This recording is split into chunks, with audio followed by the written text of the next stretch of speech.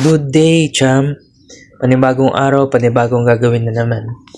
So, ito meron tayong kaibigan na nag-request na ang gusto niya daw yung napanood niya noong nakaraan sa mga nakaraan nating vlog na yung heartbeat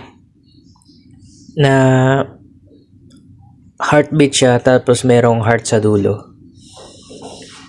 So, yun. Lalagyan lang natin ng kulay. Tapos, idadagdag lang natin yung pangalan ng kanyang mahal sa buhay. So, yan, ginawa natin. Saglit lang naman to. Yan, bali, panoorin nyo lang. At ako nga pala yung mga ditong part sa may dibdib. Hindi naman siya ganun kasakit talaga tulad ng sinasabi ng iba.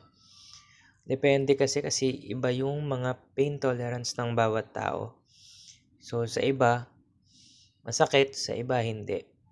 Depende. So, after mga ilang minuto, less than 1 hour lang naman gawin to. Ito na yung nagawa nating heartbeat na may Anton na pangalan at colored. Yun lang. Salamat.